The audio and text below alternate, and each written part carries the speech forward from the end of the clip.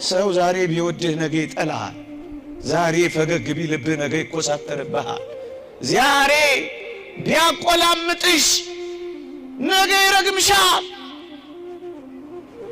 መለወጥ ያለበት ሰው ያውም የሚለዋወጥ ያውም የሚፈራረቅ ጠዋት ሌላ ማታ ሌላ የሚሆን ሰው አላፈቀረኝም ብለሽ ለምን መርዝ ትጠጫለሽ?